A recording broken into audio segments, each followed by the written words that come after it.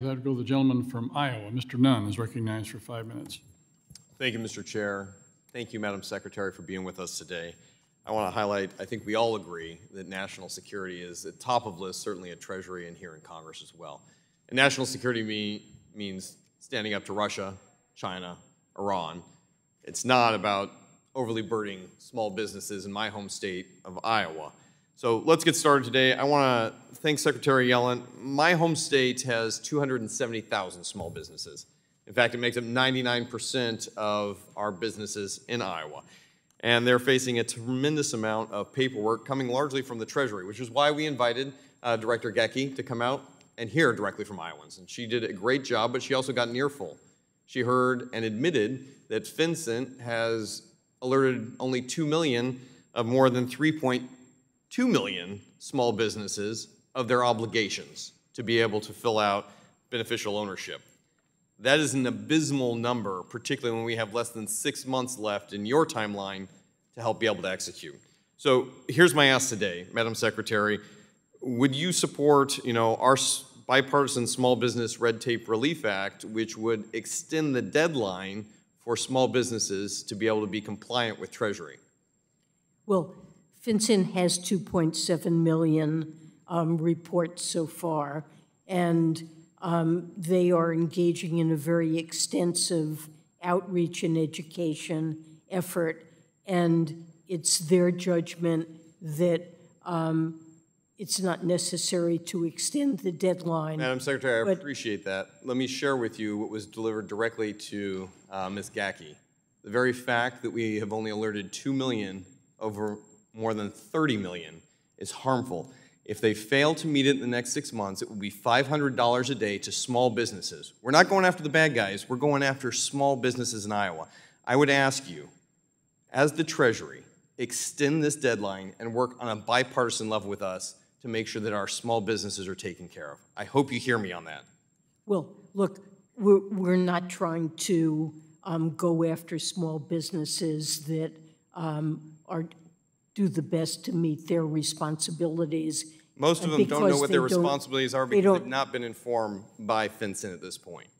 So the CTA penalizes willful violations of the law, and we're not looking to take some sort of gotcha enforcement actions against small businesses. I certainly hope that's the case, because my folks back home see a $500 fine per day as a pretty not only gotcha, but as a very painful impact. So in that vein of setting deadlines, one of the things I would ask Treasury is, will Treasury be able to meet their November 1st, 2024 rulemaking deadline on 45Z, the Clean Fuel Production Credit?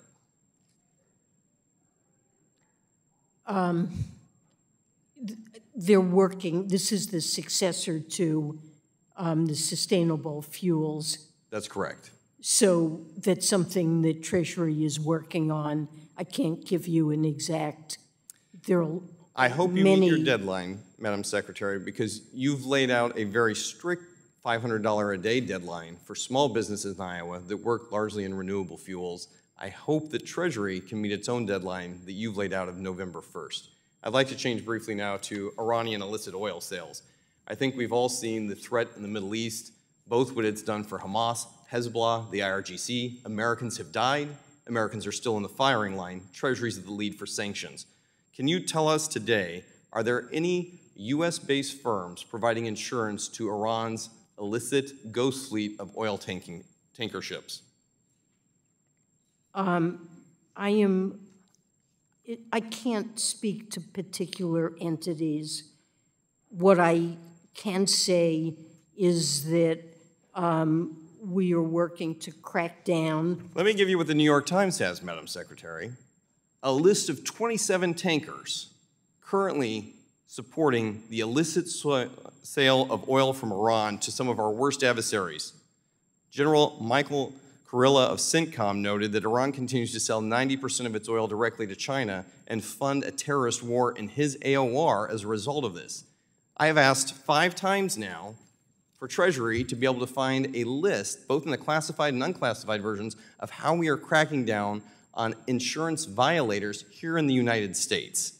Are we going to be able to do anything, or are you going to be able to have an answer for us on the insurance companies here domestically based that are providing insurance to a terrorist regime? I mean, most of the insurance companies that I'm aware of that do this are outside the United States. But there are ones here in the United States, you would agree? But I'm not able to comment on specifics of investigations. I would like a follow-up. Thank you, Mr. that Chair. I we're yield my time. doing. Chairman's time's, or the gentleman